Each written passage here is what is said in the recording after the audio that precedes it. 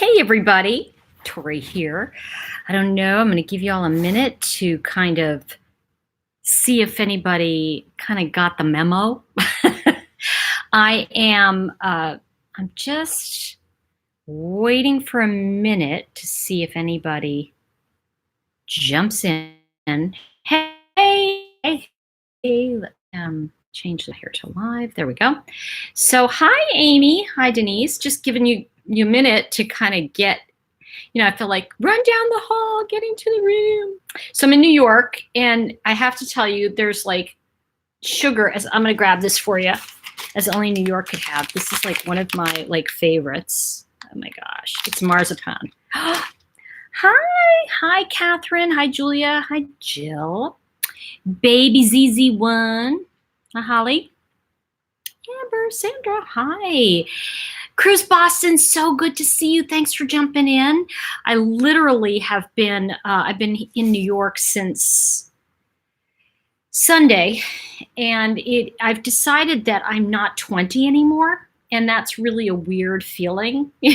I drove up on Sunday, and it was a 10-hour drive, and I'm like driving and going, this is crazy. So, and some of you know I did a live with Duty Ron the other night, and that was really fun. And I have just been, I've been having meetings for my new books, and I'm right now at the Tarot Conference. I'm at it's called Reader's Studio here in New York. Just want to say hi, Christine, welcome. Anybody other, hi, Holly. Hey, April, good to see you. Yeah, you're here. Duty Ron! I was going to call you and see if you wanted to do a live. I was thinking, if you're up for it tomorrow, I don't know what your schedule is, but I'll text you, maybe tomorrow after my day of tarot. We did some fun stuff, but I wanted to also, just say hi to a couple people, and then we'll get started. And I also wanted to share with you all something that was really interesting. And I'm going to get it. It was very funny. Y'all appreciate this. Somebody posted like, oh, do you have to go on for 10 minutes about that crap about manners? And I had to, go through it quickly to get to the other side. And I it's really interesting because the first thing that happens, and some of you already know this, first thing that happens when somebody says, oh, don't do that, it's the first thing is, oh, okay. For me, I go, okay. And then I went, no, that crap about manners is really important because, and it's so fascinating. I was watching, how many of you know, if you don't, I think you may be on another planet. Hi, April. You've heard about Pink, right? You know who Pink is. She's a singer. Okay. Fabulous woman. She and I disagree on some things, but I think she's fantastic. Yes, manners are important, Catherine. And here's the thing that's happened. We have forgotten who we are, and we've been mean to each other. And it was really interesting because this post, I was watching, it was a I know you just jumped in, Yasmin. It's so good to see you. One of the things, I was watching an excerpt. It was an excerpt from the Ellen show with Pink and Ellen. And Pink was talking about mean people on YouTube. Can you imagine? I can't imagine that. But it was really funny because Pink said she actually cried. She said there were some mean things that were said about my child, about the way she was parenting. She didn't even notice. They were looking at I think it was a pelican, and the pelican was there, and her son and daughter, and they're at home, right? They're in their own home. They're in their yard. And the little boy, I guess he's about 2 or 3, he didn't have any clothes on, and they kind of, shaded out his little parts, but, his tiny person parts.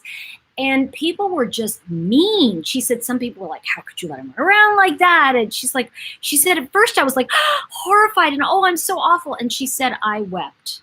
And I thought to myself, and she was saying, why aren't they so mean? Why are people so mean? They don't realize I'm a real person.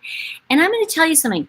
That's the price of being out in the world, right? We know that. But at the same time, because this person said to me, well, that's, just how people are on the internet. And I went, no, it's what we have tolerated to this point. And when we say no, I love what Duty Ron says. He always says, peace and love, in love and respect. Actually, he says love and respect. I say peace and love. But, I think it's really true that, remember that YouTube is kind of in a way, each channel has its own energy, its own club, so to speak, right? And one of the things, and I have to tell you, one of the things I really enjoyed, and Duty Run, it was great to see you the other night. Really great to do that live with you, because we talked about some really cool stuff. And this is actually really funny. Duty Run, you're going to get this, and other people really appreciate this. Talk about, now I'm in the woo-woo kind of world, right? And I always say, I did a lot of magazine meetings this week, guys. I'm going to be in some magazines coming up. I'll tell you when I am. Some big ones in New York. And it was really interesting because I want to say this, and I'm going to come back to the other. Don't worry. I was saying this today because I was doing a presentation at a big magazine, and I was doing this presentation, and I looked up and said, "You all are not trying to understand me, are you?" And they all looked at me, and I said, glasses are coming up. I said, "Don't follow me. Just experience you in this moment." Because that's all we're really doing anyway, everybody. I mean, we're all really just experiencing ourselves and how this relates to me. So what I want to say to you right now is that this is about you. And check this out. When you are in synchronicity with your life and things, when you're doing the right things, and by the right things, I mean that, for instance, the other night, it was one of those things where I got together with Duty Ron so late because I was at a magazine for 3.5 hours. That's how long they had me there. And I was like doing this presentation. It was really good. And then I ended up staying longer. It was great. So I got up with Duty Ron later, and we did a great live. I loved meeting you in person. You were just the bomb diggity, Duty Ron. And then what happened was the next night I come back and I'm exhausted from my meetings, right? And I come back and I walk in, and the guy who was at the front desk, he was telling the other guy, "Yeah, I'm going to go out for Jamaican food." And I said, "I want Jamaican food." And he said, "You want to come with me?" He works at the hotel. And I said, "Yes, I would love to get some Jamaican food." He said, "Okay, come on, I'll give you a lift to get Jamaican food. Come back," because that was the plan. And I said, "Great." And I get into it. I open the back seat of his car and I go to put stuff in, and he's got like a bulletproof vest. He's got gear. I'm like, I look and I go, I close the door and I get in. I go, "Are you with like the warrant squad or something?" And he looked at me and said, "How'd you know?" So Duty Ron, he is with the warrant squad. And I said, "Well, I feel super safe traveling through Queens with you." So it was really funny, you guys. This week I traveled with 2 different people. Both of them were warrant squad people. And that was Duty Ron as well. Yeah. No, he said he was in housing. Can you imagine? I mean, I can't even imagine housing, you guys. That would be like the craziest thing. But a great guy. It was this little hole in the wall Jamaican place, right? And like fabulous. They loved him. So, the food was piled this high. She's trying to close the container. And it was just so good. And it was homemade. And it was one of those kind of like, bodega type of places. It was just so fun. But when I thought about that, and this is what I want to share it with you, particularly because my father's been on my mind. New York was his town, and he loved it here. It's really interesting because I was walking down streets the other day that he really enjoyed, or one of the theaters. He was on Broadway in one of the shows, and I walked by a theater that he had performed in. And I was really thinking about it, and I thought about him because he's crossed, he's dead. And he died in 2002, right after 9/11, like literally in January.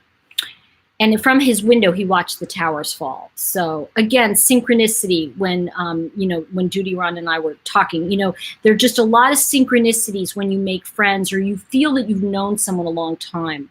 And so what I wanted to say to all of you, which was interesting, is like warrant squad. Oh, warrant squad. That's interesting, because I just joked. I said, "What, are you with the warrant squad?" And he went, "Yeah." I went, "Of course." So, and as I say this to all of you, synchronicities show up in our life because I believe they're messages from people that have crossed, that love us, and also because I believe that God is showing us that we're on the right path, that we're doing the right things, that we are being protected by certain angels in life, right? And Duty Ron, I'm talking about you as like, really a protector, an angel. This guy, I'm getting in some guy's car to go to some, bodega. I mean, he worked at the hotel. He was the night manager, but it was really interesting to me because it was like, oh, of course. It's like, and we know intuitively when we're being mean. So going back to what Pink said, I thought it was really powerful. And when we get back to manners, the guy was like, well, everybody's like that on the internet. And I said, I'm not. And I won't be.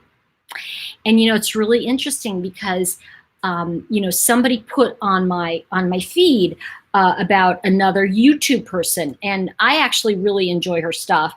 And they said, oh, this person, blocked me. And I said, you know what? That's between you and them. Because I can't get into being mean, because what begins to happen, everybody, is we start to close our world rather than expand it. And, it was Duty Ron and I talked about this the other night, the idea of, being expansive, like including people into our lives, right? And just saying yes, doing a collaboration, working with other people, getting to know each other. And what Pink said that really hit me, and for those of you just joining, Pink was on Ellen and she talked about how mean some of the comments were to her, and she stopped posting pictures of her children. She said, I just can't engage in that. And see, the thing is that, when this guy posted on my page, just about, hey, Frankendoll, good to see you. I'm going to say hi to you guys in a minute. I purposely took my glasses off so I can just focus for a minute.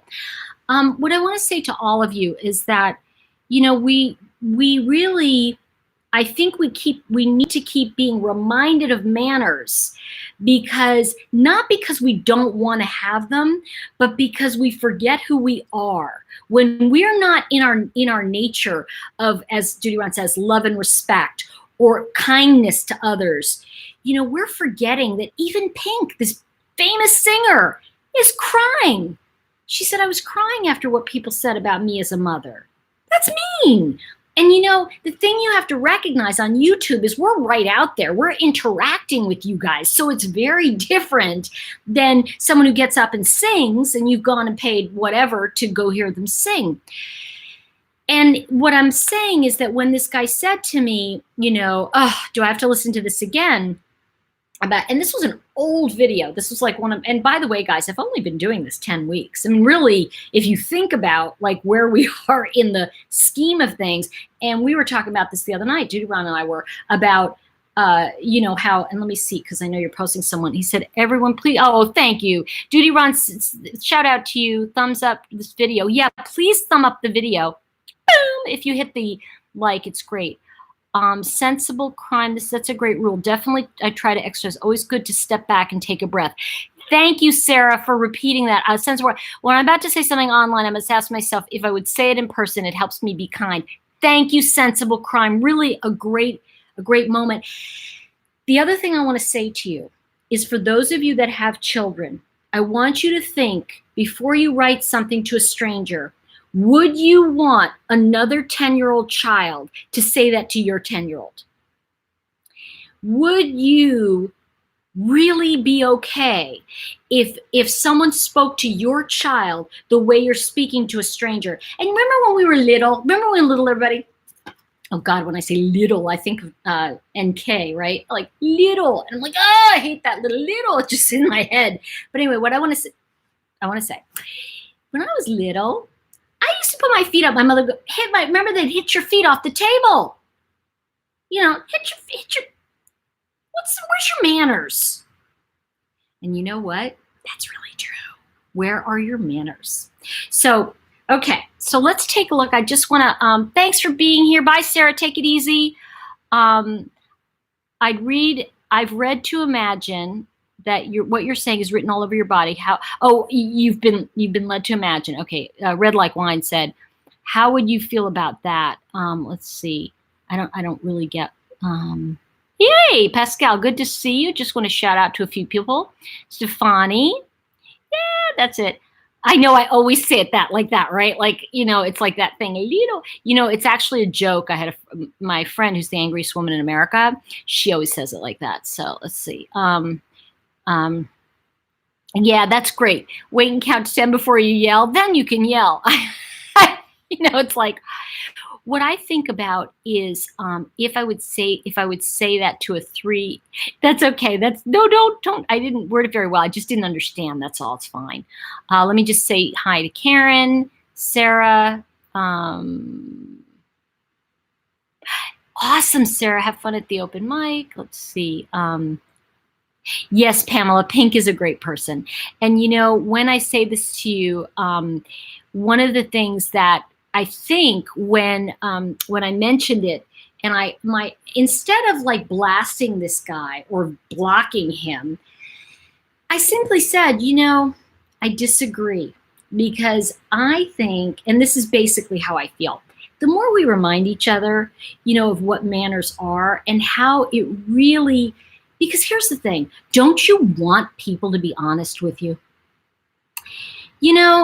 People are not going to get in the habit of being honest with you if you're mean to them. It really is that simple.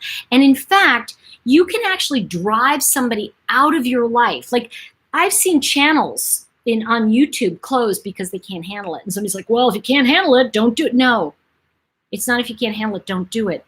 It's that be nice to people. And that makes all the difference. So I thought, really, Cruz Boston says, someone was cruel to Justin Bieber about his acne. He's grown up because he reacted by saying, imagine if you used your platform for building people up and not tearing them down. Yes, and Dawn said morals. And I really agree. I think, here's the thing and I was watching this thing the other night about the idea of people being mean. And I was really thinking about that. And I thought, the times when I've been mean, both times I've been mean, I think it really has to do with my immense internal upset. And I want to say it really has a lot to do with when I'm in upset, not knowing how to deal with feelings. So what I thought I would do as just a little fun thing, I am at the tarot conference. So for those of you that, if tarot freaks you out, good time to bail.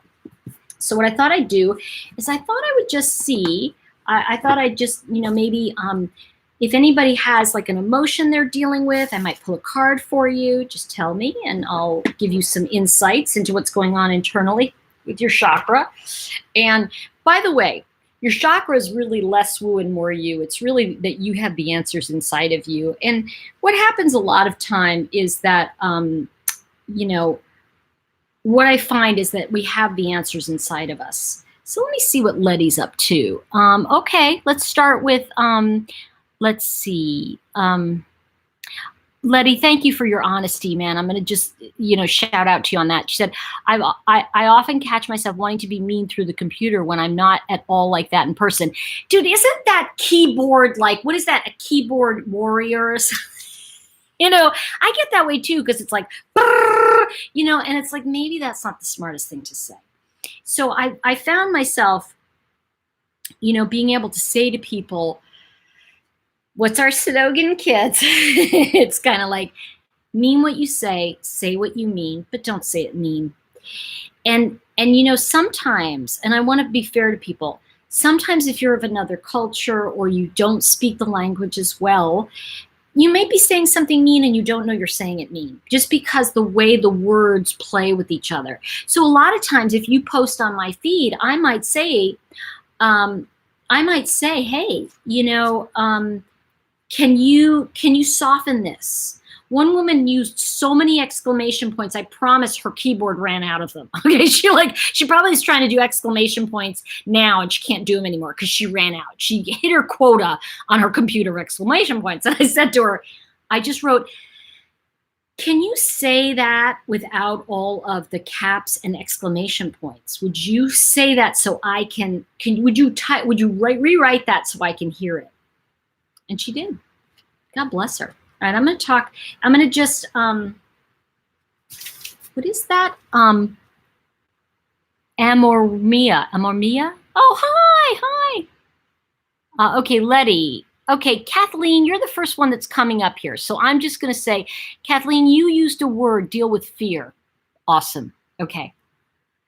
So you know the cliches, right? And we've heard them. We've all heard them, but I will share them with you anyway before and I need permission. I just want to get permission. I'll put a little card for you.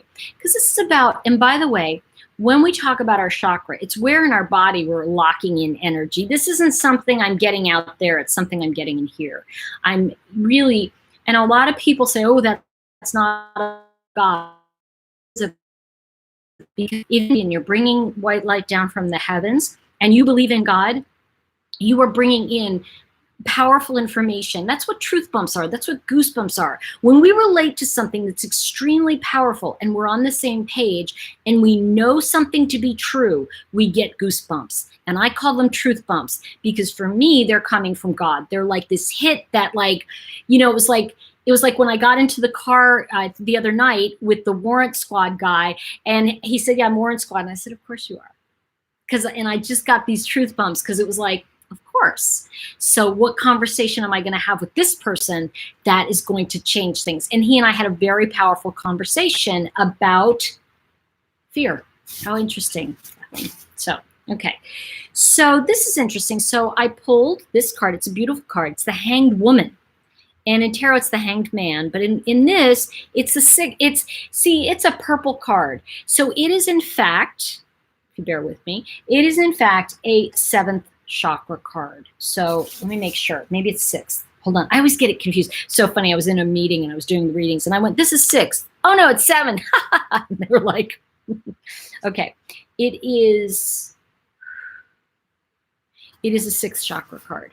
So what I want to say to you about fear, and this is very, very true for most of us, everybody, is that we don't move forward. If you can see, she's suspended. It's like she's in a cocoon. She's just she's a crystallis, really.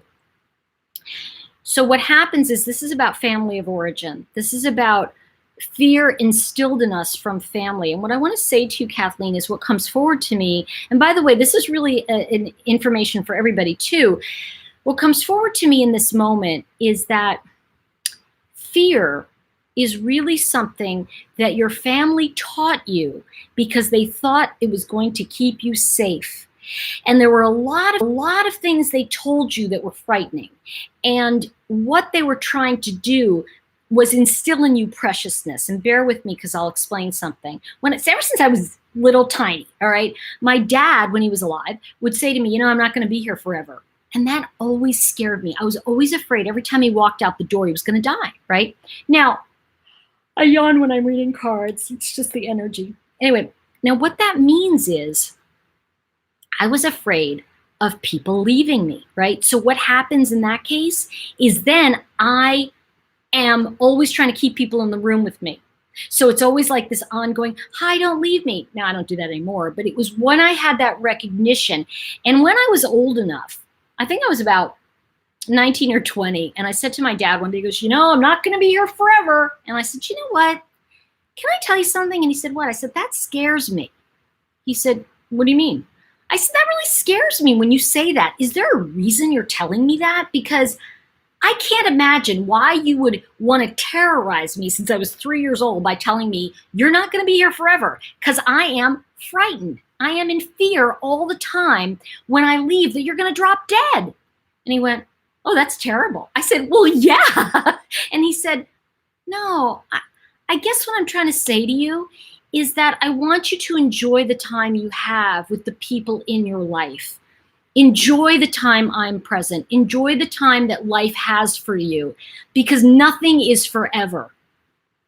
And Kathleen, even this moment with you and me right now and all of us, it won't last forever.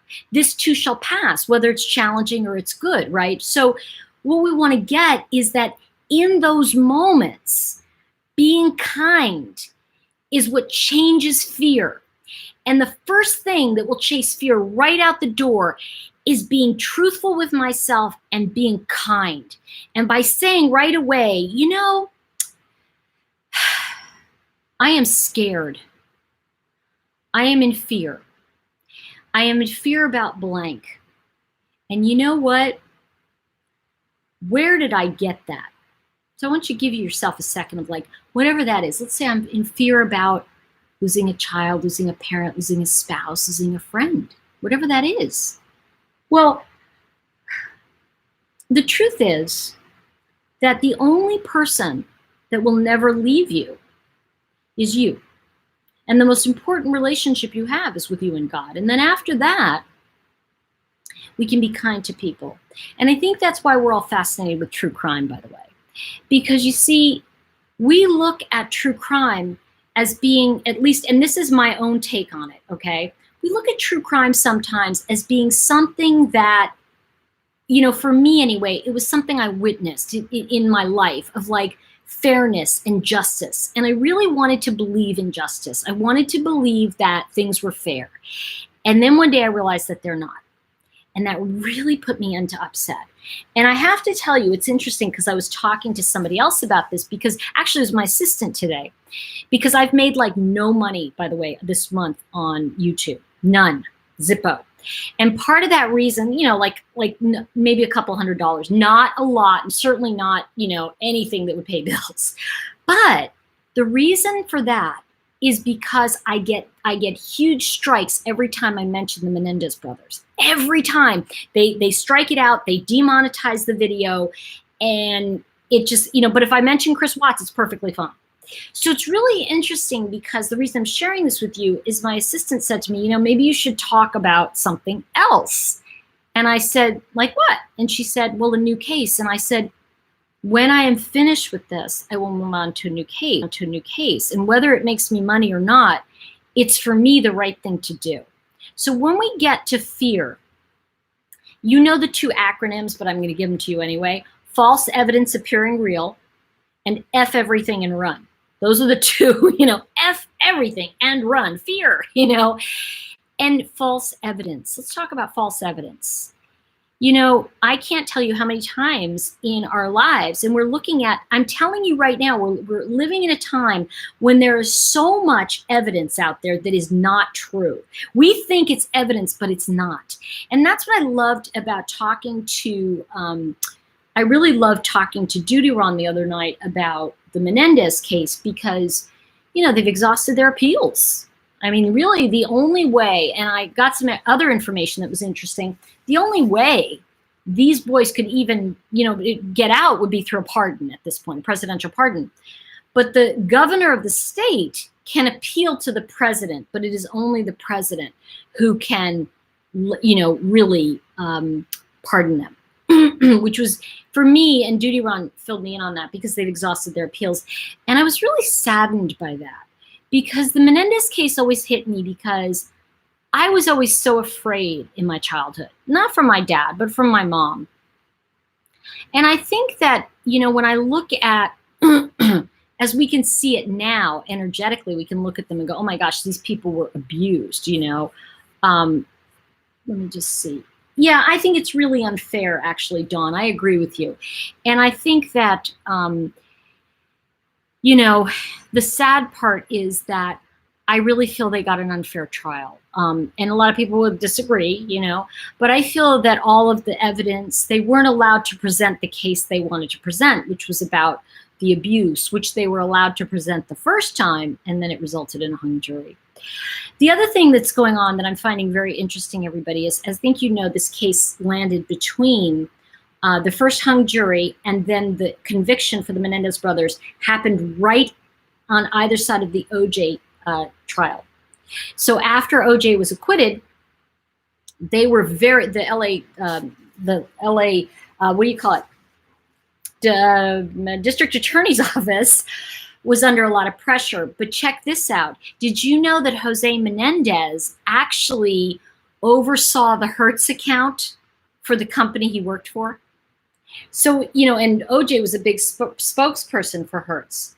So what I believe, and this is my own kind of, like, when I see things like this, when I see coinky dinks, when I think, you know, I have to say that those are signs, like they're telling us something. Look at how history's repeating itself now. You know, we looked at, and I use this today as an example, right?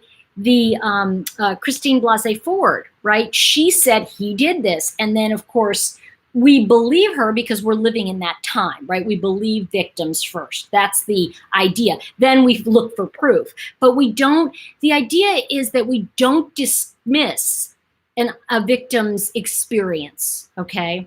Thank you, Judy, around the prosecutor's office. I couldn't find it in my head.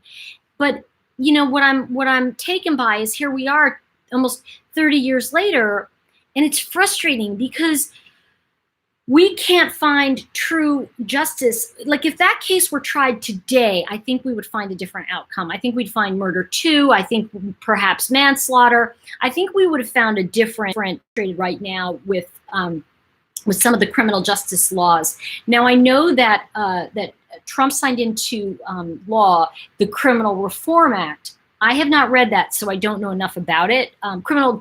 Was it criminal justice reform, Judy Ron? He'd know. But I want to say, and I'm glad you're saying this, Emily. Emily just said there's a double standard with men. I think that one of the things we're seeing is that I totally agree. And it's so funny. I've got to say this to y'all. I watch Columbo, right? I watch all my old 80s shows. I actually fall asleep to Murder, She Wrote. Don't ever invite Jessica Fletcher to your house. You're screwed. There'll be a murder. But when I watch Jessica Fletcher, it's like she was the original, like in my mind's eye, she was the original like woman who like got it, And Judy Ron, oh, thank you so much. Tori, it's such an honor to have you as a friend. Love and respect. Back at you, Judy Ron. I can't tell you how what a great person you are. And hey, did your wife like the gift I got her? I got his wife a gift. So I wonder what she thought of it. Okay. Okay, Emily says female teachers can have sex with a 10-year-old and be unscathed. That really bothers me. Let's see. Yeah, because they don't call it rape, right? And let's see. Okay, we just Caped Crusader. Can someone get him out of there? Thank you. Let's see. Here we go. Remove. There we go. Okay. Removed. All right. Let's see. Oh, good. She loved it. Awesome. Thank you. Yeah, I know. Emily said that the other night. Jessica Fletcher and Ben Matlock. You know what? Yeah, don't come to my house then. Let's see. Thank you, Emily. Hi, Lonnie. Yeah, dude out. Bye. Thank you, Judy Ron. Got that guy out. Let's see. Yeah, Red Like Wine just said this, and I think we've got to bring this up. Emily, I think society believes boys can't be hurt. Only females can be hurt or damaged from abuse. See, I want to tell you something that's interesting about that comment. And I think both of you are right. And I'm going to say something interesting about that. I think it's interesting, but who knows? It's a thought to me. Love your thoughts too. I wonder if the pendulum is swinging to such a degree now that, obviously so much sexual abuse, especially toward women, was just kind of not really explored, not really acknowledged. And when you watch Murder, She Wrote, you're watching like, hey, babe, and you're watching a behavior that we would never see today. Okay, we would never, ever, ever see. And I say this to you because it's like, that was the 80s, right? Well, now you can imagine. I think the biggest challenge, and I know, Judy Ron, you'll agree with me on this, the biggest challenge of going back and looking at cases like the Menendez brothers is that if they were convicted and we think maybe they should have had life without parole, how many other people, And I think that that's the issue that's on the table, really. So anyway, let me get back to what you're saying. The double standard for men and women goes both ways right now. I think that I find it ironic that Gillette really tiptoed back and out of that toxic manhood thing. Don't even get me started on that, okay? Because here's the thing. It's not toxic manhood, guys. It's just bad manners. When are we going to just call it what it is? And let me tell you something else. Gillette had I'm getting truth bumps. I remember those sexy Gillette ads when I was a kid, and I know Duty Run, you do too. It's like the best a man can get. Wow. And it was like being a dad, being a husband, being a career guy, the best a man can get. Being in the world, being productive in society. Now we're going, oh, toxic manhood. Everybody has to cry in a corner. No, they're not toxic. Their ass isn't kicked, and they're not told it's bad manners. I'll tell you what my dad used to say to me, you just have to get your ass kicked once by another guy, and then you learn. Okay, you learn to have some manners. And by the way, everybody, if you would please give the video a thumbs up. It actually helps ranking. If you don't mind, go ahead and do that. And there you go. See, thank you, Duty Run. Bad manners. It's kind of like, hello. It's like, I think that when we look at this stuff, let's just say let's talk about, well, here we go. Here's the cliche about toxic masculinity. It's a way of here's my thought on labels in general. And this is why you do not hear me diagnose. You don't hear me say, oh, that person's narcissistic, or that person has B, D, M, Z, Q, whatever, right? You're going to give all the initials, because what does that do? For me, it dismisses it as a reality. It puts it in something that could never happen to me. It keeps me in my safe zone. Well, I'm not narcissistic, whatever, right? And it's the same thing with toxic masculinity. We give it a label so that we excuse the behavior. Think about that. We give it a label. Oh, that's toxic masculinity. No, he's just an ass, okay? And I can't tell you how many times, I've seen men, I want to call them boys who are shaped like men, but really 29-year-old guys, walking out the door and just ignoring that a woman's standing there, or, to hold the door for her, and by the way, that may be old fashioned, but guess what it is? Wait for it. Ding, ding, ding. Manners. I held the door the other day. There were a couple, there was a group of women, and they all had their prams, their babies. I just held the door for them, I mean, it's kind of like, yeah, exactly, Brittany. Brittany's okay. It's Brittany, exactly. It's like he's just an ass. It's just bad manners. And the thing is that the more we start coining that phrase and saying to people, manners, please, manners. It was like these, it was like this 10, maybe he was 15. I was just, because, boys, he was about 15 years old. And I was holding the door, and it was some women I forget what it's called, when the Muslim women are dressed up with the head covering, and they had their babies, and I just held the door, and they just were going in, and this 15-year-old boy comes, and he's trying to get in. I held my hand out, and I said, no. He looked at me, so I'm trying to I said, no, you're not. Manners. And he just looked at me and said, just go around the other way. I'm holding the door for them unless you want to. And he just backed up, and he's kind of startled, and he was like, okay. So I'll tell you what, why don't you hold the door? Because there were a lot of people. He goes, I go, yeah, hold the door for them. See how you feel. And he held the door, and I walked in another door. I said, thank you. And he was just holding the door for these women who kept saying thank you to him. And as I walked out of in my mind's eye, but also saw the corner of my eye, he just stood up a little taller. He was doing something nice. People ask me all the time, what do you do for self-esteem? How do I increase my self-esteem? How do I feel good about myself? And you know what my answer is? Do esteemable acts. Hold the door for a stranger. Put a quarter in a stranger's meter because it's expired. Pick up a piece of trash when no one sees you do it. Do the right thing with no witnesses. These are the kinds of things that become cumulative and pass on, right? It's like, I love that, decorum. Oh, Lisa, you remind me. It's so funny. I walk by my old school. I think some of you heard me talk about Mr. Smith. I wish I had a picture of that man. He's great. Oh, David Data. Stephanie's talking about my husband's is reading The Way of the Superior Man by David Data.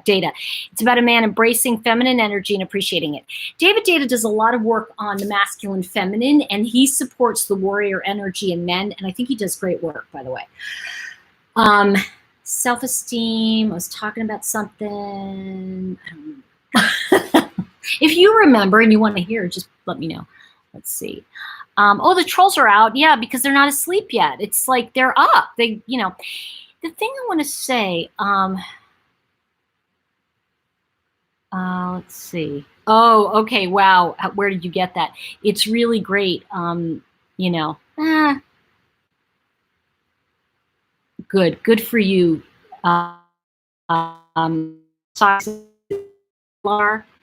Forgive me if I say it wrong. Siler said, Jehovah's Witnesses come to my house and I say no thanks instead of fighting. Yeah, exact. Jeep girl, respect. Yes. Cruise Boston, you just hit why I moved to the South. And it says, I loved visiting Alabama. Every door was held for me, and I received a hello every time by males and females when walking a store or restaurant. You know what? I noticed that today, too. Where was I? Oh, I walked into a restaurant to eat something. And I had so many meetings in my garden like this. I walked in and there was a guy standing there says, oh, hi. And he just looked at me like you must be trying to pick me up, that kind of look, and I just laughed and said, okay, it's not the day to say hi, what am I going to do? But I didn't say that. I just kind of laughed a little, like, whatever. But here's the thing. It goes back to being kind even when no one's watching. You know that quote, dance like nobody's watching. Because at the end of the day, I know what I was going to tell you about the 100th monkey. Do y'all know the story of the 100th monkey? It was, it's a great scientific kind of philosophy. Sealer, thank you. Siler. Thank you, Siler. She said C. Okay, Siler. Or Kyler? Kyler, I don't know. I'm thinking about it. Yeah, exactly. It's sad when people mistake kindness for flirting. Wow. You know what? And I think what's sad about that is there's a young man who had no manners. He was too busy to say hello to a lady. I don't know, I don't think I'm ever too busy to say hello back. Otherwise I don't go out of the house. And by the way, I don't go out of the house a whole lot, but when I travel, I'm out all the time. So, I want to talk about the 100th monkey. I want to tell you something very odd that's happening here. 100th monkey. Yeah, I'll talk about that. Oh, I should explain it. Okay. Thank you. All right. So the 100th monkey it's not only a book. It was written by Ken Keyes, and I read a lot of this stuff 20, 30 years ago. The 100th monkey was an idea that sweet potatoes were washed up on an island. And this one monkey started washing his sweet potato in a certain way, right? He was just washing his sweet potato. And he just kept washing his sweet potato. And then another monkey saw him doing it, and he started washing his sweet potato the same way. Then another monkey did it, and he started washing his sweet potato the same way. One by one, think of this in terms of manners too, folks. One by one, each monkey started doing the same thing. They started washing their sweet potatoes the same way. One day, a human visitor saw this and thought it was interesting. But then, when they went to another island, and those monkeys had never met these monkeys, it was completely different, and sweet potatoes were introduced there, those monkeys started washing their sweet potatoes out of nowhere the same way. What happens there is that these monkeys energetically started catching on. The idea was that the 99 monkeys on this one island, when the 100th monkey started washing their sweet potato that way, That energy was sent out in such a way that monkeys who had never met these monkeys suddenly started washing their sweet potatoes the same way. And what that teaches all of us, the idea of Ken Kai's book about the 100th monkey, was that if we are exposed energetically enough to something, we will all begin to take it on. Now, that's why when people say to me about elections and things like that, that's the consciousness of the people. Whether or not you agree with it, because here's what the thing that I want to say about that is that let's not even get into elections. Let's talk about YouTube, right? How many people are trolls or mean or because they're frustrated people? They want to just throw their anger and hate at you so they can get they can see you suffer in the same way they've suffered. So what if we just started being kind?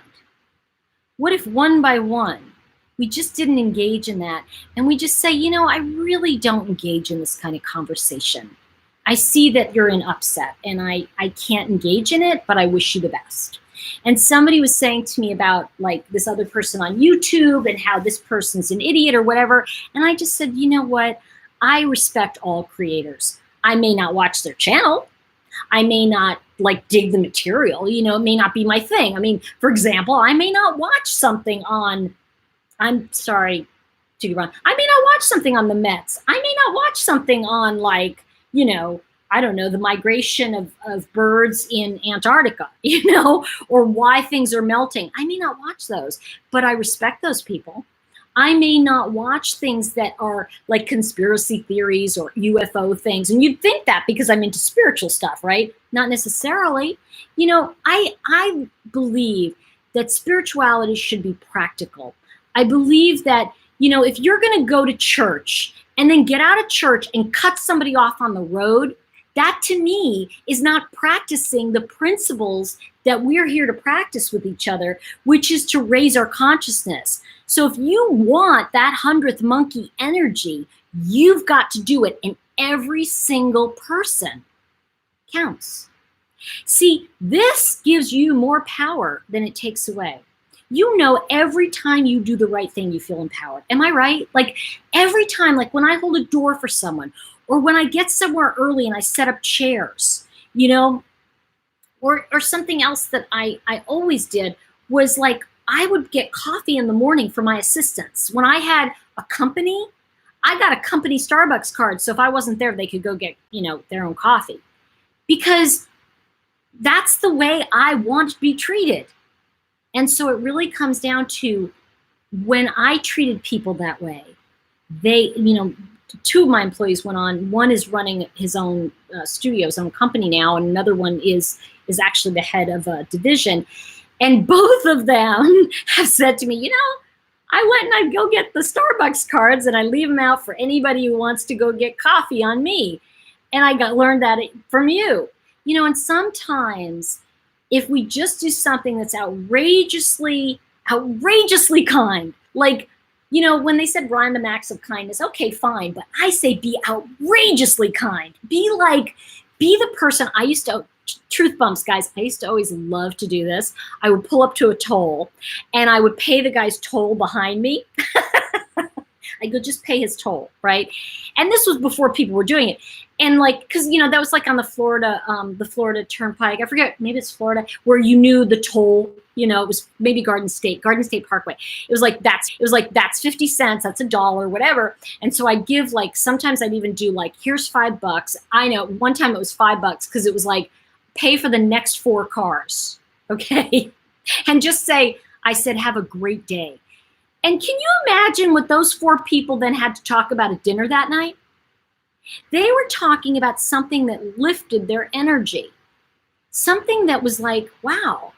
So when I say this to you, it's this is what makes the change.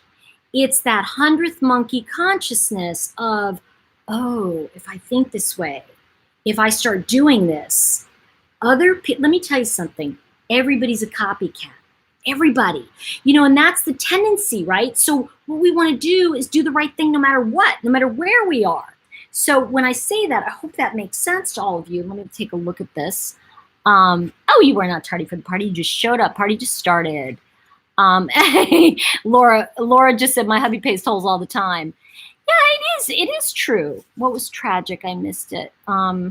Let's see. I used to work in the West Bank as a probation officer. I know the area very well. Yeah, Duty Ron, you're the best. Money is overrated. I don't know what that means, Red Major. I don't know what you mean by that. Yes, you know what? My dad used to say that, Duty Ron. That was a great, you remember that story. You know, don't mistake, because my dad was like a silent badass, okay? He was like one of those, like, you know, he looked like Wilford Brimley, you know, just sitting there chilling out. And, you know, he had a breaking point.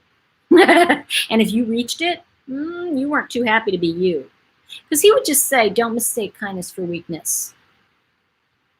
And the person would just go, because my dad, you know, and you just didn't go no further. Because you were like, I don't want to get into that skirmish.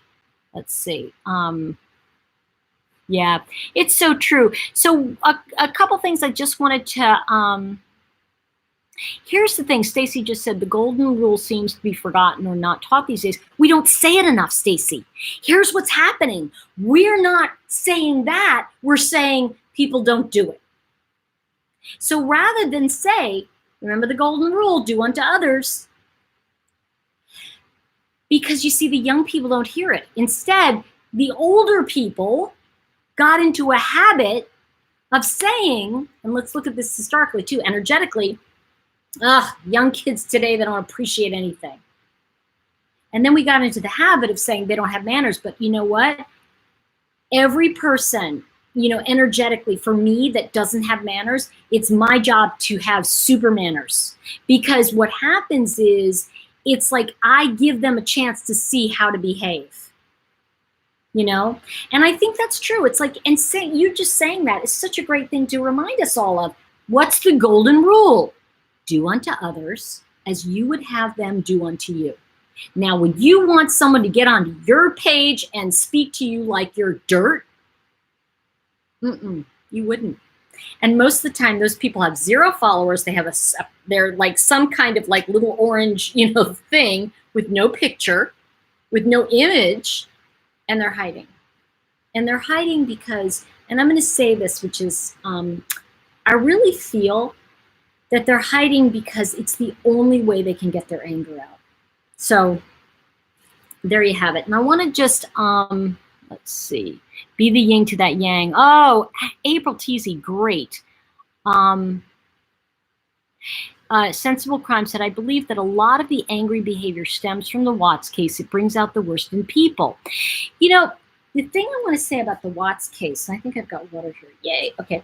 The thing I want to say about the Watts case, which is really interesting to me, is that it's a very, very unique case. Now, to a police officer, just looking at it, it's just another, you know, it's another case. But I think other people have said the thing about the Watts case that becomes so puzzling is that this guy really went in and just destroyed his life. He punished himself in an ironic twist of it. You know, the more time, and this is what happens too, you know, the more time we get away from it, we can look at it and go, wow, it's not just that he's a monster. I want you to, can we just look at this for 1 minute from a completely different point of view? And I'm not disagreeing that he's a monster or anything like that. That's not what I'm saying. But if we pull back, just like pull the camera back, because we're like in here like this. And what do you see here? You just see the palm of my hand. But when I'm back here, you can see my whole hand and my arm. And when we pull back energetically and we can look at something, I think that, no, you did not. Are you kidding? You worked as a housing authority police officer? Duty Ron, I didn't know that. Yeah. Okay. No, it doesn't sound silly, Frankie Doll. I'm going to come back to that. Okay, so what I'm trying to say, let me take this water. What I'm trying to say is that Chris Watts, I think, felt so, at a certain moment, felt so guilty that he had to hate Shanann so much that he would rather destroy his whole life than be faced with the shame that she energetically, he would feel, right? Not that she gave him, but she would feel bad and he would feel the shame. He couldn't handle any more of it. And I'm not saying she did it. I'm just saying in his life. So he destroyed everything. And I'm going to tell you something else. I think he was supposed to be a family annihilator, but he was too cowardly. I think at the end of the day, he was too big a coward to off himself. And, you know, I wouldn't have been sorry if he did, but I'm glad we found out some things about him. Okay. Karen said, I could care less if anyone wants to talk to me in a rude way or any other way. I'm not overly sensitive. The only reason I have no picture on mine is because I changed phones, emails, and a phone number. But Karen, you know what? I do care. And the thing is, I'm not overly sensitive. I'm just not accepting bad behavior. That's very different. You know, being overly sensitive, like, oh, they hurt my feelings. That is a thing that can happen. But that's also not overly sensitive, because if we're really relating to each other in the world, we're not living in some freaking bubble, okay? And the truth is that I think I know some of you, right? I mean, when I met Duty Ron, it was like I'd known him for 20 years, right? And some of you, I know that when I see you at events, or I see you, you know, when I'm traveling at events coming up, you know, I'm going to be like, oh, I know you. But I think the thing is, I don't think it's that someone's overly sensitive. I think bad behavior is bad behavior, Karen. And when people behave badly, I don't want them around me. Now, you're not the only one who has no picture on their YouTube. There's a lot of people who do. They're not all rude. They're not all mean, you know. They're just people who don't. But I think that the thing I'm noticing, it's very rare for somebody who's incredibly mean to be out there with their meanness. They prefer to be incognito. They prefer to be a Chris Watts, a coward. And they really are cowards. And so rather than really say what they're feeling and admit that mommy, daddy, uncle, cousin didn't treat them well, they'd rather treat someone else badly. So I just want to say that I don't think there's that overly sensitive, and I don't think it's overly sensitive, because I think it's really inappropriate. I think it's really inappropriate for people to behave badly. And I think we've come to accept it at such a level that it allows it to continue. And I'm not allowing it. You know, kind of talk to the hand kind of thing. So I think that's really important. You know, I couldn't go back to my real account, so my daughter created a temporary one. And that's fine, Karen. That isn't about you. It's kind of like, it doesn't mean that just because there's no picture of you on there doesn't mean you're a meanie. It just means, all I'm saying is that a lot of people who don't have pictures, you know, it's very rare for someone to come on and really rant and rave and then put themselves up there. So I just want to say that. Oh, Piggy go oink oink. Thank you, Duty Ron. Glad you got rid of that person. Man, what is up tonight, guys? I thought they'd be snoozing. I thought, you know, it's like, shh, I don't want to wake the trolls. Let's see. What? Your Ramsey? I didn't know you lost someone. I love your pick, Pam. Let's see. Let's see. Kimberly Joyce said, I disagree, Tori. I think Chris loved his wife, but loved himself more. A coward would have killed himself. He's at least living to face the consequences of his actions. You know, and you may be right, Kimber Joy. Texas. I'm gonna say there is a quote that states that, and I think you're correct, actually. There's a Shakespeare quote that says, and I'm gonna really chop it, so bear with me. It's something about, a coward dies 1,000 deaths. The valiant die but one. So I think you're actually true. Right. I think that I don't think that I do think he's a coward, and I do think he's reliving it over and over, we hope. And I think you're right. So I stand corrected on that. Thank you for bringing that up. Let's see. Yeah, Linda, you know, being sensitive isn't a bad thing. Let's see. Anybody new tonight? I want to know if anybody's here for the first time, you know. Yeah, KCF, great point. Chris liked the thought of having a wife and family, then he didn't. You know what I think he liked? The appearances that he created. Yay, I'm so glad you're here, Terry. Welcome. Yay, Johanna, I'm glad you subscribed to both of us. Duty Ron, I'm going to message you. We got to do at least one more live together. And I'd love to talk about, hey, Terry, me, of course you're new. Hey, BBT Boston, welcome. Judy Wilder, welcome. And Karen, that's the thing. Here's the thing. And I said this earlier. I'm glad you brought Karen. You're the it girl tonight because I'm going. Karen said Chris is a covert narcissist, a psychopath. Period. Here's the thing. I don't really know what that means because here's the end of the day, everybody. I'm just going to shock you when I say this. We're all narcissists because in order to survive, you have someone. But here's the thing. I don't know what he was. But I'm going to tell you right now, I'm not using that terminology because I'm not a therapist. I don't know. If you do, I'm all with you. I don't know really what he was. I just know he was an anomaly to a lot of people. We did not understand. Now, I'm sure when you take a police officer like Duty Ron, it's more along the lines of he's a criminal, he committed a crime. And I think that it always shocks everybody. In case I'm glad you said that, I don't believe in labels.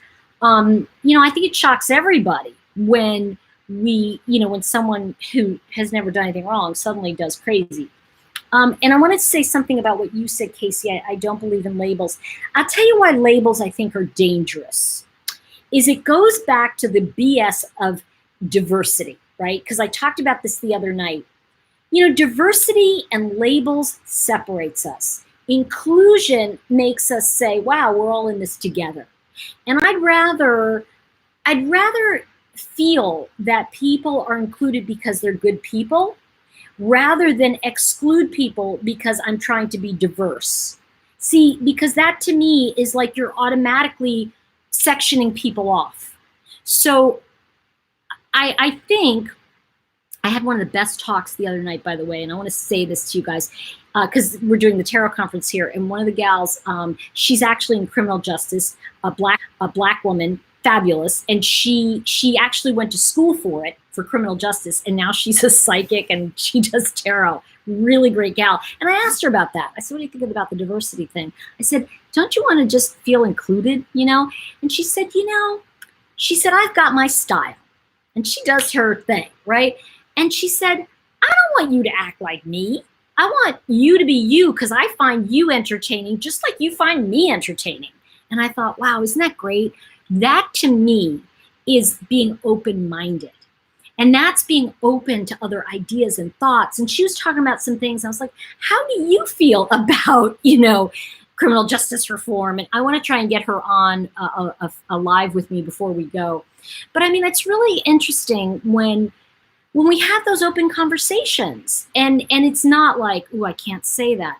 We are so freaking PC now. You can't even say, oh, can I have a black and white? I was in a deli and I go, hey, do you guys have any black and whites? And everybody goes, oh! And one person looked over at me and I'm like, let me show you what it is, you guys. In case if you're not from New York, this is not it's not an original one, but this is a black and white. It's a cake, all right? You don't get these anywhere in the country but New York. Sorry, guys. For those of you that are other places, they do not make them like New York City. Sorry.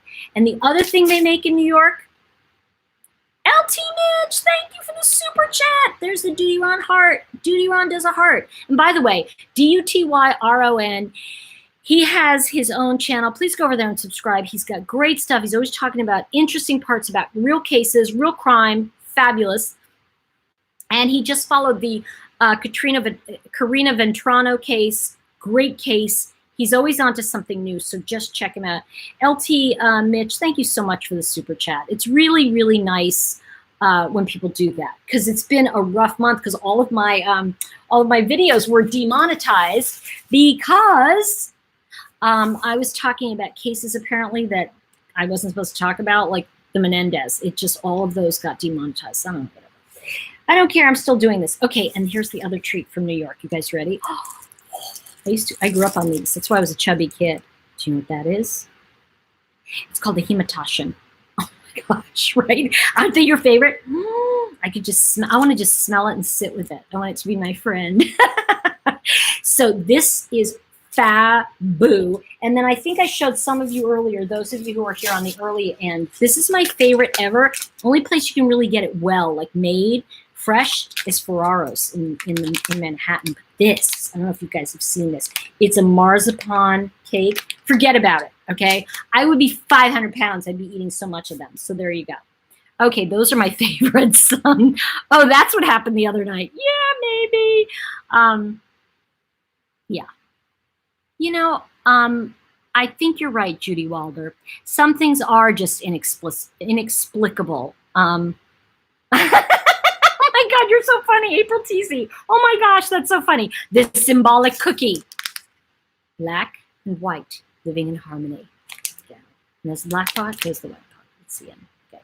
And the thing is, okay, we could tell how you were in high school based on which side you ate first. That was our big thing. Oh, what's inside this big cookie? Okay, this is actually a cake, all right?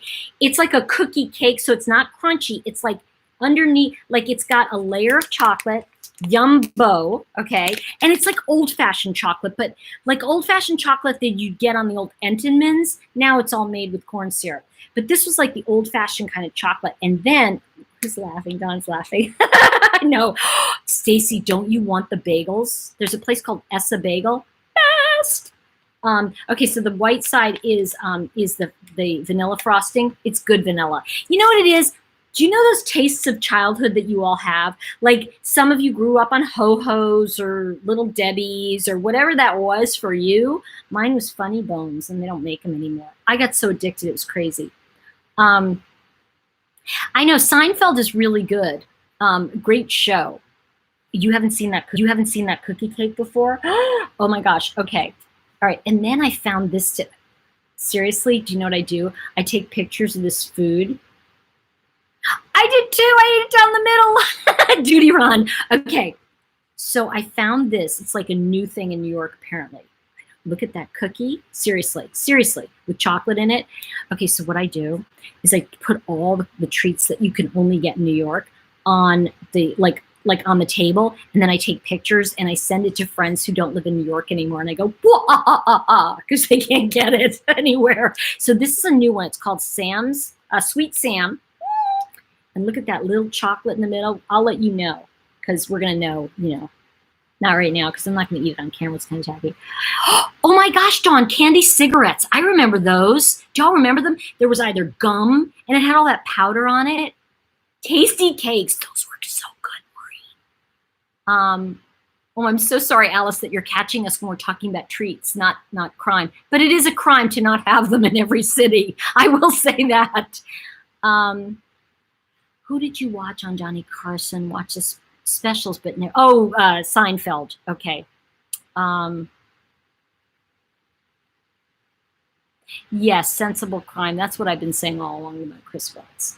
That when people, here's the thing. There comes a point, and I know Judy Ron, he'll get this too. There comes a point where you cross a line into exploiting a case, okay, where it becomes like Chris Watts toenails, and you're like, what? Like, what could you possibly be pulling out of thin air? You know, let me watch. You know, it's like some guy clips his toenails and goes, "This is a toenail of Chris Watts," and you're like, and then people are going, "Oh my gosh, I got to subscribe to that," because I think at a certain point you have to really look at, you know, not that it's over, but there has to be a natural progression where we get space and we can understand what it was. And so another thing I really want to go into, and I'm going to do some history checking on this, I want to really talk about Charles Manson as a child, the childhood he had from the time he was born till he was about 5, because that is going to be very telling. And I think when we look at how much abuse is hidden, you know, abuse was out in the open, okay, until like the 60s, when all of a sudden, and Judy Ron will know this better than me, all of a sudden, around the 60s and 70s, we had child protective services that actually wanted to do something, but they actually couldn't do anything because the courts had their hands tied. So they'd go out and go, yeah, she's being abused, and they'd write it up and put a thing in, and nothing happened. But before that, there was no one looking in on these kids, really. I mean, they would say they did, but they didn't. And so we've relied a lot on law enforcement officers to do that. Let's see. Hi, Tiffany Meek. Good to see you. And so what we're looking at right now is that, let's see, up until the age of 2 can mold who you are. Yes, KCF just said, apparently up till the age of 2 can mold who you are. Here's the thing I've discovered. And y'all know, like in my early days, I did a lot of readings. I did a lot of family dynamic readings with cards. And one of the things that happened and that I started to discover is boys who were always messed up, okay?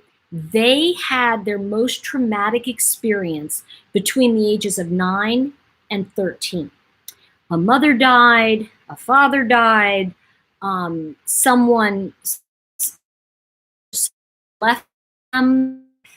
See that in boys. It means it's very hard for them to have a decent relationship with a significant other. With girls, I find it younger.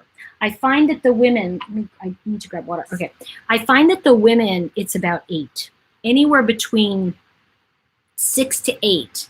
When there's actually 9, when there's a tragedy in there, it really has to do right up to puberty, okay?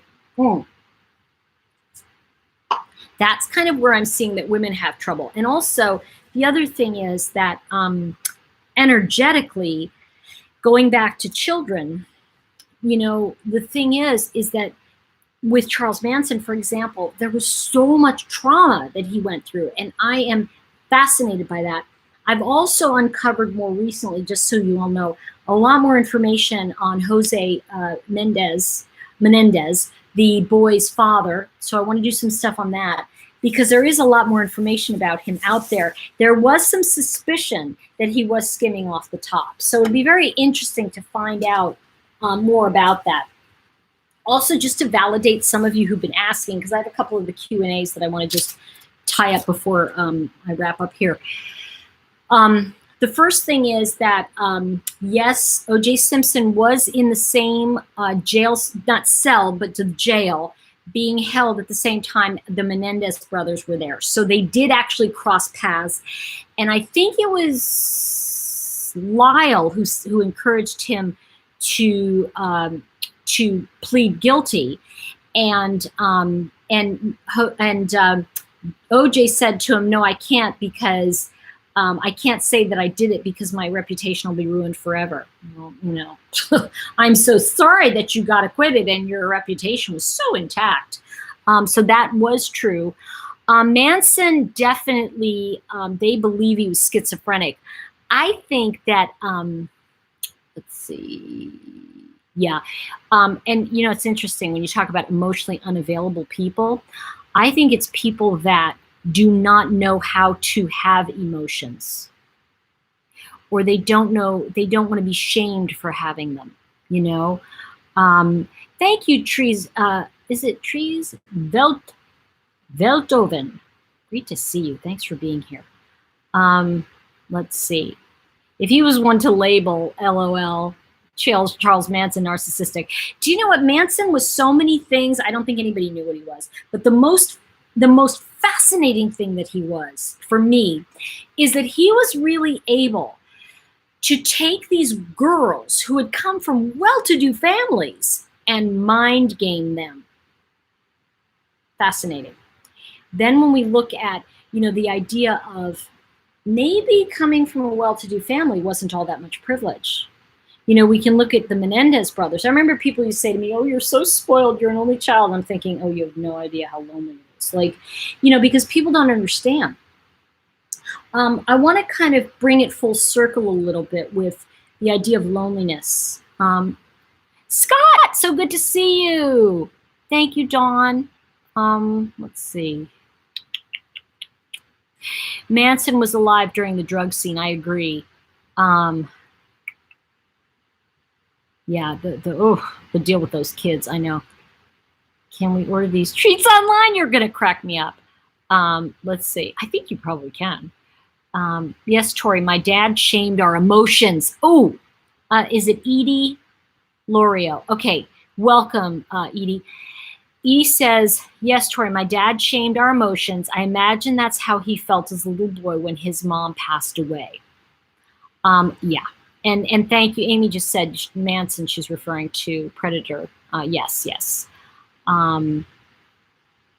Yes, Christy Arnold, thank you for saying that. I'm an only girl and it's quite lonely. I love and appreciate my brothers, though. I'm totally alone. You know, do you know that they just formed in the last few years in London the Ministry to Help with Loneliness? Do you know it is such a, they're almost calling it a disease. It's so rampant. Why, Leah, so good to see you. Thanks for the super chat. I really appreciate it. This is a Duty Ron thing, by the way. He does this. Yeah. Oh, wait, Scott Ferguson. He's okay. What did he do? Okay. Wealthy family, potential disaster, due to them relying on others to raise their kids. Ooh, Duty Ron, great point. Great point. And yeah, we're talking about a lot of subjects. So we're really not just one particular thing. We're kind of jumping around a little bit. Yeah, thank you, Wylea. You've been, and I want to acknowledge you because, you know, I've been on other channels and you've done super chats for other creators. And I want to tell you, it really helps the creator because it really is a lot of work that they do. And so it's so kind to give them a super chat. And I really love when I'm on another channel and I see someone do it, I get very excited because it's just kind. It's a kind thing to do. Telling them because they're working hard on this stuff. Let me see. Paula says, I'm from a large family on my mom's side. A handful of those people cannot tell the truth to save their lives. It started with my mom's dad. I'd love to find out why. It's very simple. You manipulate when you're afraid to tell the truth. So somewhere in there, the why, and by the way, I'm just going to share this with all of you. Sometimes knowing why is the booby prize. Because sometimes it's as simple as why, because they wanted to. You know, and when I say that, that's not satisfying. It's like wanting chocolate and getting like a marshmallow. You know what I mean? It's like you're like, what's this fluffy white thing? You know, like I want chocolate. And then you end up eating the whole chocolate cake when you finally do get it. So the point is that knowing why really can be the booby prize. And a lot of people, especially when it comes to crime, we want to know why they did it. I got to reach for the bottle of water. Hold on, guys. Oh. We want to know why they did it. Well, you know what? I think that it goes to you know, when I'm talking about trolling too, right? It's that they want to feel like they belong somewhere. Sometimes people will, and you've seen this. It's the old thing of like, why do you think a dog will pull stuff apart in your house? Well, it's not because they're like, oh, I'm going to be bad. It's because they're like, I'm mad at you for not being here. And you know what? If dogs could just say that, you know, you really made me mad. Instead of pooping on your bed, it would probably make you less angry. But the truth is that whatever feeling you're having is the feeling the other person has. I want you to think about this for a minute. There's something very important in this. Silent communication is the most powerful communication we have. And I'm sure all of you have experienced this when you walk in a store and you take your item and you put it on the register and say, one black and white, please. You know, you just put it on the thing. And the person behind the register is like, $2.79. And it's like, boy, I don't know about you, that feels warm and fuzzy, right? So what happens is we forget that that upset inside is going to reflect outside because our inner reality becomes our outer reality. Now, why were all those people lying and mean? And I want you to think about it. If they are our mirror, and if you are saying, why are they doing that? It's because telling the truth is a bigger risk than being caught in a lie. Think about that for a minute. Telling the truth is a bigger risk than telling a lie. And in some ways, and Duty Ron can speak to this too, any of you who are in law enforcement, think about it. It's like sometimes the criminal that opens their mouth, they're going away for 20 years. The guy that says, lawyer. Remember I mentioned, I think I talked about her. God, one day if you meet her, you guys are going to be like, oh my gosh. My friend who's the angriest woman in America, she used to always say to me, well, you're kind of guilty, so you'll go free. I'm like, what do you mean I'll go free? She's like, well, the truth is I could argue the other way, and, your case is weak, which means I could probably win it. I didn't go to jail for anything, by the way. But it's very interesting because the truth is that a guilty person might have more argument if they say nothing than an innocent person, because an innocent person is almost panicked to let you know they didn't do it. So it's a very interesting kind of thing. It's like watching, a train wreck happen, like Lori Loughlin, like, why are you smiling, girl? You about to go to jail. You could, not even jail, prison. But,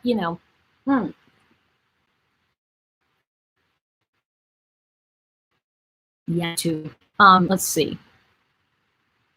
Oh, yeah, exactly. Yes, other people act awful when I'm tired or grouchy. I bring it out in them. Thank you for your truth, sensible crime. I appreciate it. Silent scorn. Yep. And the thing is that happens is that, Aryan Truth. Oh my gosh, really? Really? That's your name? That's your, like, that's like your channel name? I'm just going to say, no. I would just not even have you on just because of that. Let's see. Cheryl Ramsey, Chris, yes, the weather is why I retired here she's in, I love avocados. Oh my God. Okay, let's see. Yes. Knowing what makes you happy. I remember Patty Hearst, Cheryl Ramsey. All right. So I want to say something about happiness because I think this is kind of important. People that have never known a moment of true happiness think that something outside of them is going to bring them joy or a feeling of belonging. I want to say that the prisons are filled with people who feel left out. And that's why it's so vital for us to say hi to every single person. And you know what's funny? I might have gotten drunk once. A long time ago at one of my own parties. And there was a guy who kind of ran in our circles. He was just a tiny bit creepy. And I got loaded. We're all sitting in my living room and we're sitting here. Thank you for that, Cruise Boston.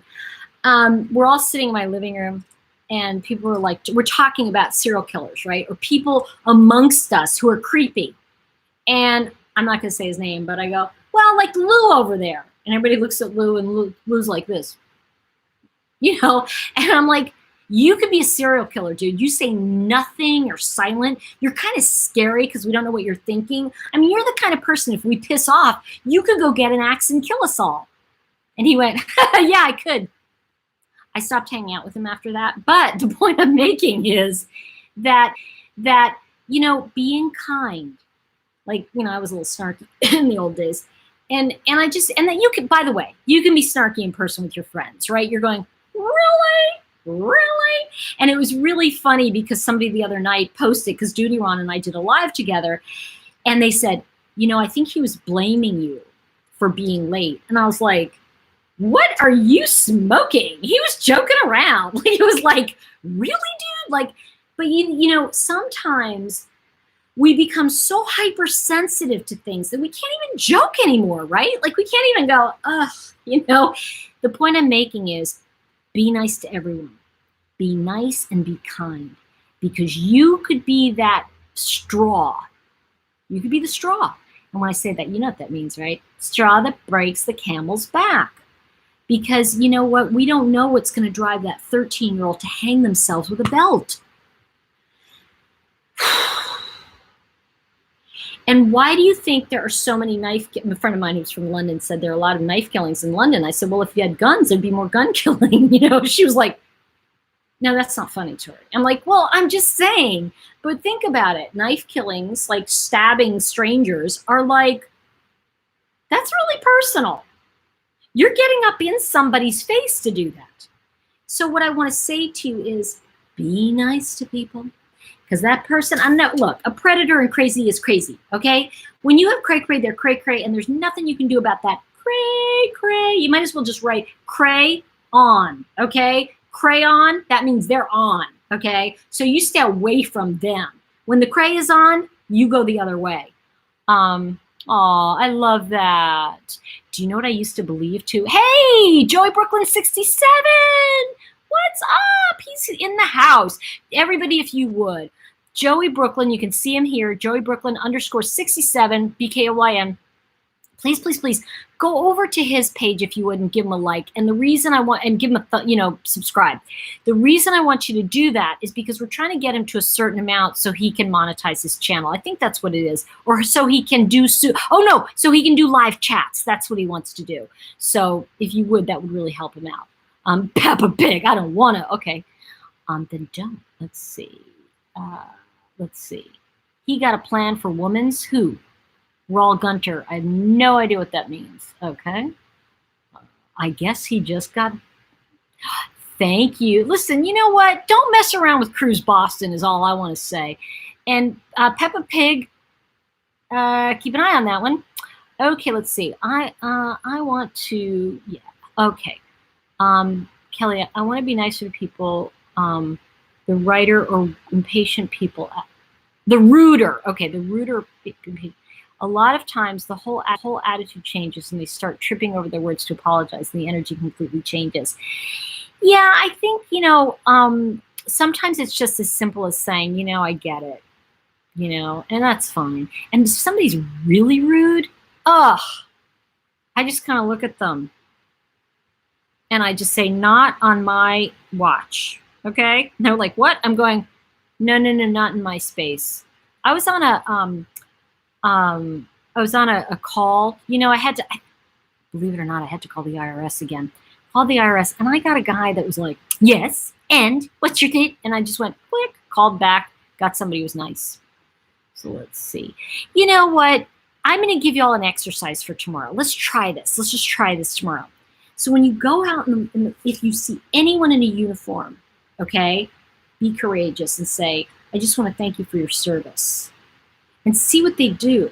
Just watch their energy shift. And just say to I was at Starbucks and here's this guy, he's acting like big man on campus. He has his family there. And they order like $25 worth of drinks from Starbucks, And basically the way Starbucks works is they get their hourly, but they also split the tips. So I always try to give a couple bucks or whatever, if you've got it, okay? But I'm sorry, don't go into a restaurant if you don't have the money to tip, okay? Please don't. Just go to the supermarket and make your own food. But anyway, so he spends $25. It was like $24.30 or something. And it was so funny. The barista behind the thing says, oh, sir, your change. And he says, oh, no, that's for you. And I looked at him and I thought to myself, big man, right? But I kind of went, and the barista goes, what? And I go, I go, here, I just put an extra $2 and I go, there's your tip. And he was like, he started laughing because he knew I picked up what was going on. The point I'm making is that guy, he's never going to change until it affects his children. If his kid worked at a Starbucks, then he would pay attention and tip. But I really feel like, be kind to somebody. Throw an extra tip in $1 in a tip jar. Put a quarter in somebody's meter just because you can. It's like, oh, thank you. Yeah. Yay. Thank you. I think police officers frequently genuinely act surprised. And the other thing I want to say to y'all, you ever want a really good meal? Any town you're in, if you see a police officer, you say to them, hey, what's a good Italian, whatever kind of restaurant? They know. I was telling Duty Ron, I'm like, always they'll know the best restaurants. Also the safest because they'll be eating there. Yeah. My daughter cuts a man's hair every 4 weeks. He pays with a $50 bill and he never tips. He doesn't know how. He's never been taught the manners. Okay. Yeah, Cheryl. Thanks for subscribing, you guys. So if you're new tonight, I'm eating. I'm going to show you my treats again, Dawn.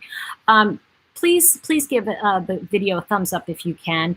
And also, if you would think about it, please go ahead and, because that does help, subscribe to the channel and hit the bell so that you get notifications when I'm on again. I'm definitely, Deuteron, I'm going to message you because we've got to do something. Oh, good morning, UK. Judith, I am going to be in London for 2 weeks. I'm going to be at the College of Psychic Studies for a full day doing intuitive work and showing you how chakra energy works. It's going to be really fun. Rochelle, that's good. Yeah. That's so wrong, Meg. What you say? No manager took it. We were college kids and didn't know any better. Aw. Oh, that's wrong. Huh. Okay. Let's see. I know in Japan, they actually get insulted when you tip because it's the culture. That's true. But that's, you know, we're not going to get insulted here if you tip us, believe me. Thank you very much, Duty Ron. Appreciate it. And also, everybody, I have a Patreon page now, and I put up a face reading video that I did with Lara, my friend Lara. We did a face reading video on Cindy Watts, and that's so you all know that. And yeah. Oh, Terry, you're so cute. I did upload a pic. Yeah, you know, it's like, we want to see your gorgeous faces. Like, look at Rochelle. She's gorgeous. You always have a good tip. Make bags for the homeless. Donate money to the homeless and charities. Great idea. You know, what I'm saying is, like, do one thing for you that's an esteemable act. You know, straighten up the sugars in a sugar jar at somebody's table. You know, just let some, you know, what I do, even if you're at Starbucks or whatever, you see the something's low, the milk, hey, say you need another half and half, you need another cream, and you wait and they give it to you and you put it back out. Just doing something that you don't have to do that makes someone else's day just that much easier, that is how you get self-esteem. You get self-esteem through esteemable acts. And the way you challenge fear is by telling others about it. When we share with each other, when we tell each other, I'm afraid, or I'm lonely, or I'm uncertain, and when people can listen to us, life changes. I'm going to end story time. Ready for story time? So I'm going to end with a story, and then I am going to, I'll text you, do you want to find a time to do a live? Before I go, let's see if I can get together and do a live. Okay, so this morning, they make what they call coffee in this hotel. It's not real coffee, but I went across the street and they have like real coffee. So I went over there and I got a real coffee. And there's a girl on the phone saying, yeah, I told him that I don't like it when he does that. And he laughs and he keeps doing it. And I turn to her and I go, he doesn't respect you.